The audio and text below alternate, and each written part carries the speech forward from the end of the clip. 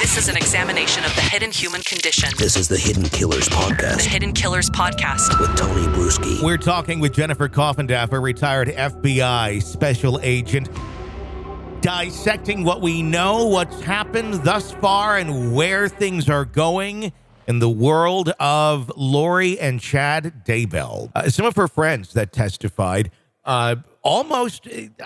very closely walked the line of being co-conspirators, in my opinion, of hearing what they knew about and when they knew about certain things. Maybe didn't necessarily participate or order things as we believe Lori did, but there is a lot of questionable interactions there as far as some of them knowing about some of these deaths or murders, or that people are doing very bad acts and not saying much of anything until it's a bit too late.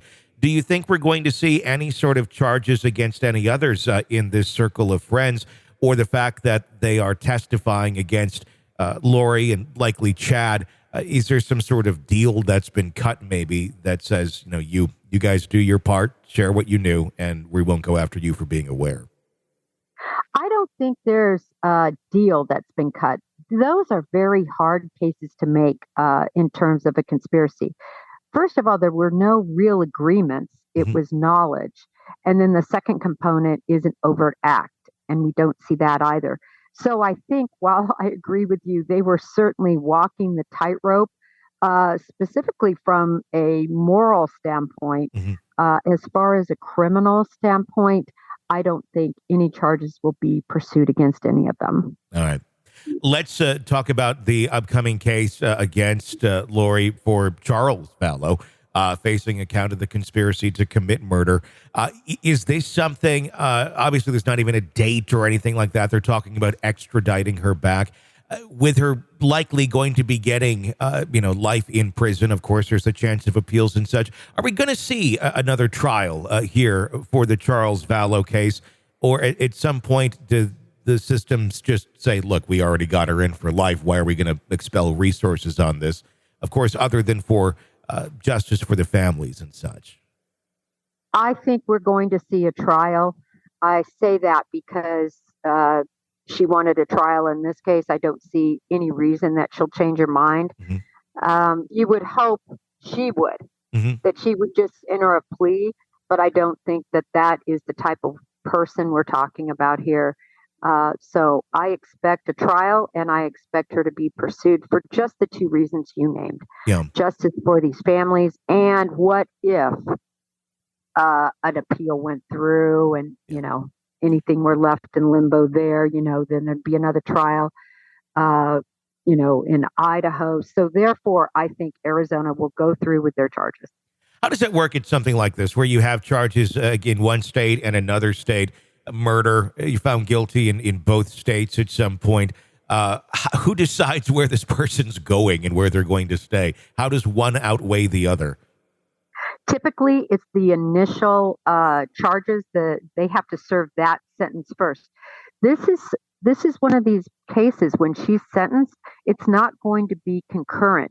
They're going to be consecutive, meaning they're not going to be served at the same time. Sure. Oftentimes you'll see these concurrent sentences. This isn't what this is going to be. So she's going to get sentenced and then resentenced if she's found guilty for the Arizona charges.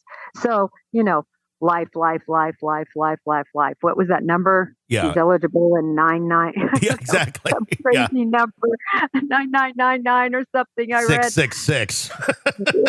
Well, that might have been more apropos, but in any event, that's how it works. It'll be consecutive. That makes sense.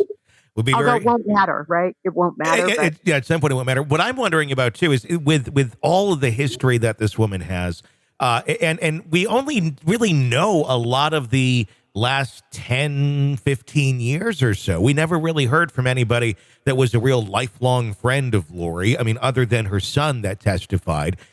There's all those years of seemingly not contact with many human beings. Obviously, she'd been married several times, but no friends, no circle to come and back her up. It makes me wonder what other trails of destruction she had been on in years prior, especially when we look back all the way to her sister's death in the late 90s. Tony, one thing that I've noticed nobody has really keyed upon. Mhm. This is a serial murderer. Yeah. She's a serial murderer. Classic. We have 3 deaths we know of. That we know of. Yeah. That she's been convicted of, I should say. Mhm. We have 2, an attempted. We have another one we know about. So we're talking 5. I know he didn't die, but still, it would be in that realm of a serial killer. Certainly, it's only 3 by FBI definition. She's a serial killer, and I think it's interesting that everybody wants to dub her the doomsday mom and all these things, that it had something to do with religion. I've just never really bought into that.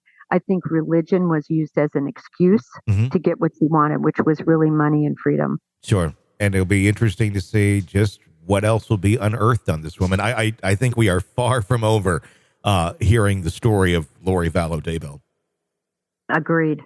This is an examination of the hidden human condition This is the Hidden Killers Podcast. with Tony Bruschi. Jennifer Coffindaffer, thank you so much for your insight. Always appreciated here on the program. If you would like an ad-free experience of the show and get access to all of our true crime podcasts in the True Crime Today network, all you got to do is check us out on Apple Podcasts. There are tons of them for you to binge away on right now. Just go sign up for our premium membership, get access to all the shows, all the cases we're following, all ad-free. We do greatly appreciate your support. My name's Tony Bruschi. Stay with us.